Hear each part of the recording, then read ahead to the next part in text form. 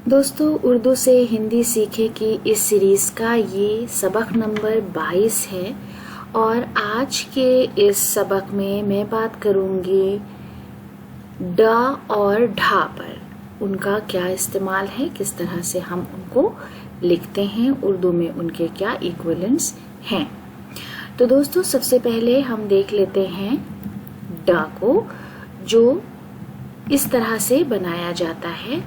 और अगर हम इसकी आवाज़ की बात करें तो वो जैसे हम उर्दू में डाल अलिफ बोलते हैं, वो आवाज़ इसकी है डा।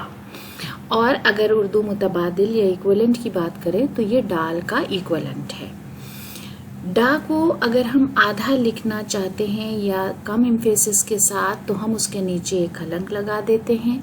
जैसे इससे पहले भी हम कई अल्फाज इस तरह के कर चुके हैं। तो सबसे पहले आप देख लीजिए कि जो अल्फाज आज के लिए हमने सिलेक्ट किए हैं वो क्या है। ड ग डग, यहाँ पर आप देख सकते हैं उर्दू में डाल और गाफ के साथ लिखा गया है।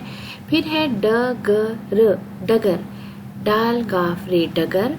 डपट, ड प ट डपट, और यहाँ पर डाल पे डे। फिर है डेग, यहाँ पर आप देख सकते हैं उर्दू में भी लिखा है। फिर है डांट, डा में आ की मात्रा, ऊपर नेजलाइजेशन के लिए बिंदी और डा डांट। और यहाँ पर उर्दू में हमने नून दिया है नेजलाइजेशन के लिए।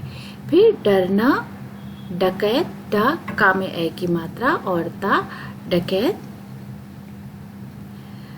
फिर आ गया आपका अगला लफ्ज, वो है डिबिया। डा में ई की मात्रा, बा में ई की मात्रा और या में आ की मात्रा। डिबिया यहाँ उर्दू में भी आप देख सकते हैं। फिर है डुबकी, डाक खाना। तो यहाँ पर डा में आ की मात्रा, का डाक, और खाना जैसा कि मैं बार बार बताती हूँ हमने एक डॉट लगाया है। खा में एक डॉट लगाने से वो खे की आवाज़ देता है। खाना, खा में आ की मात्रा, नीचे एक डॉट, आ की मात्रा, ना में आ की मात्रा, डा खाना। उर्दू में भी आप यहाँ पर देख सकते हैं। फिर है डरावना, डग मग, डब डबाना, डलिया। फिर है अगला लफ्ज, जो अगले चंद अल्फाज है जिसमें डा का आधा और इनिशियल फॉर्म भी आपको दिखाई देगा। यहाँ पर आप देख सकते हैं गड ढा, गा, फिर डा, उसके नीचे हलंग क्योंकि बहुत एम्फेसिस नहीं है, और फिर ढा में आ की मात्रा।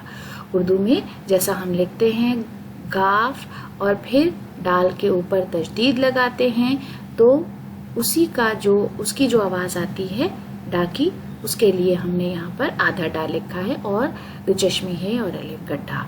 फिर है खंड हर, खा अंकी बिंदी ड हारा। फिर है डेवड़ी, बुड ढा, इसमें भी हम उर्दू में तशदीद लगाते हैं जैसे, उसी तरह से इसमें भी आधा डा दिया है। फिर है खडग, खडग में बहुत एम्फेसिस नहीं है डा पे, जल्दी से बोला गया है इसलिए यहाँ पर भी डा आधा है। फिर है पिंड। अब हम दोस्तों बात करेंगे हर्फ ढा पर। तो ढा की जो आवाज़ है वो डाल दो चश्मी है अलिफ जैसे हम बोलते हैं वैसे ही हिंदी में ढा बोलते हैं। और अगर हम उसका उर्दू इक्विवेलेंट देखें तो वो होगा डाल और दो चश्मी है। आमतौर पे ढा को आधा नहीं लिखा जाता है, लेकिन अगर कभी भी लिखेंगे तो वो इसी हलंक के साथ लिखा जाएगा। अब यहाँ पर आप देख सकते हैं ढा बा ढब, उर्दू में डाल दो चश्मी है हो गया ढा, और हिंदी में हमारे पास इसके लिए एक अलग से हर्फ है ढा और बा ढब। ढाढ़स, ढा फिर ढा, और कभी कभी इसमें ये वाला डा जिस पर हम बाद में बात करेंगे भी ढाढ़स के साथ लिखा जाता है, सा ढाढ़स। फिर है ढा में ओ की मात्रा, ला का ढोलक, और यहाँ पर आप देख सकते हैं दाल दो चश्मी है, सब जगह है डाल दो चश्मी है, और यहाँ पर ढा हमारे पास इक्विवेलेंट है, ढा मा ढम, ढा मा ढम। फिर है ढपली, ढलान, ढकना। उसके बाद है ढांचा, ढा में आ की मात्रा और फिर ये आप देख सकते हैं अंकी बिंदी उर्दू में ये और चा में आ की मात्रा ढांचा। फिर है ढूंढना, ढोकला, ढक्कन, ढकोसला, ढुलमुल, ढकेलना। तो दोस्तों इस तरह से हम ढा को लिखते हैं। दूसरी बात ढिंढोरा, यहाँ पर आप देख सकते हैं ढिंढोरा। और उसके बाद मेंढक, तो उर्दू में आमतौर पे हम मेंढक को डाल के साथ ही लिखते हैं और दो चश्मे है नहीं लगाते हैं, लेकिन हिंदी में ये हमेशा ढा के साथ ही लिखा जाता है मेंढक। तो माँ में एक ही मात्रा, फिर बिंदी अंकी और फिर ढा और का मेंढक। ढीला ढाला।